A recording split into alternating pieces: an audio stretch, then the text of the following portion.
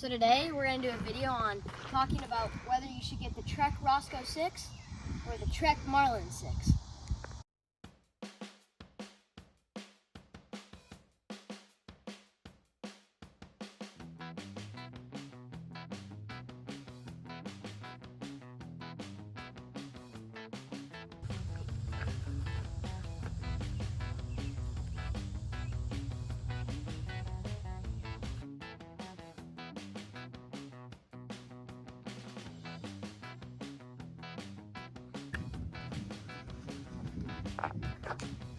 Up first, we're going to be talking about the front suspension.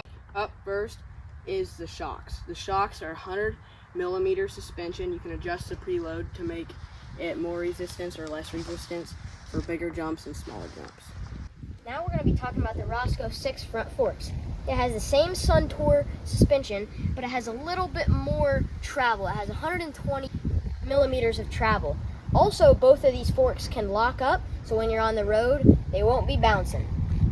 So on the Marlin 6 Gen 1, the gears is a 2x8 system. So it has 2 gears in the front and 8 gears in the back. This allows you to get higher gears than the Roscoe can, but the Roscoe has a little bit of a lower gear. Next, we're going to talk about the Roscoe 6 gears. It's a little bit different than the Marlin 6 gears because it's got 1 gear in the front and 10 gears in the back, making the ratio get a little bit lower. It's also a lot easier to shift because all you have to do is just focus about shifting the back gear. You don't have to even worry about the front gear. So, for example, if you're in the highest gear, then you have a big hill, you only have to shift the back instead of having to shift the back and the front to get into a lower gear. On the Marlin 6, the tires are 29-inch or 27.5-inch, depending on the size you get. They are 2.2 inches wide. The Roscoe 6 tires. You can get them in 27.5 or 29-inch. Next, we're going to talk about the seat post. On this thing, it's just a standard thing. You pull this thing, you pull it up, and you lock it by pushing that back. Next, the Roscoe 6.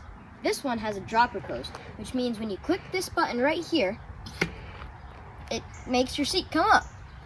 And now you want this dropper post up when you're going uphill and down when you're going downhill.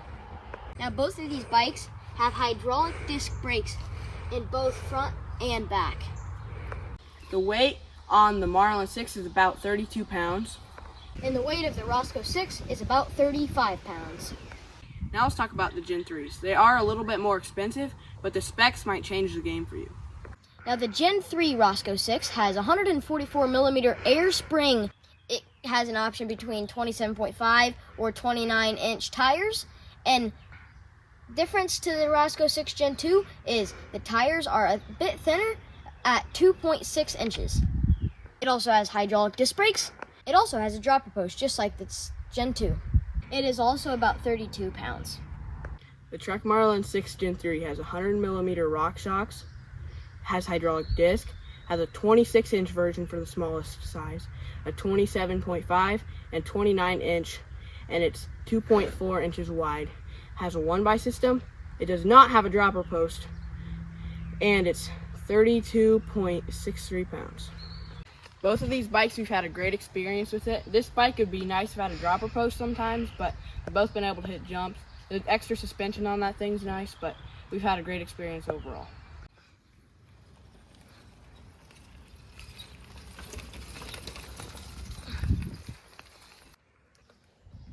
And as Ethan said, these gears do get a little bit lower.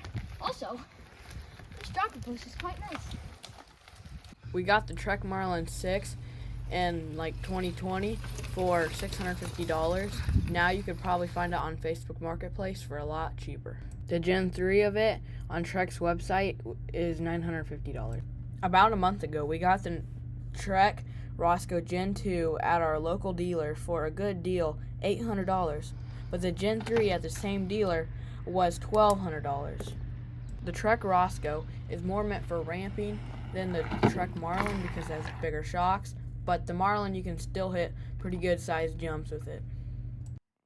If you want an all-around bike that can do lots of things, get the Marlin. But if you want a bike that's really good for mountain biking and still good for other stuff, I would get the Roscoe. But at the end of the day, it's your choice.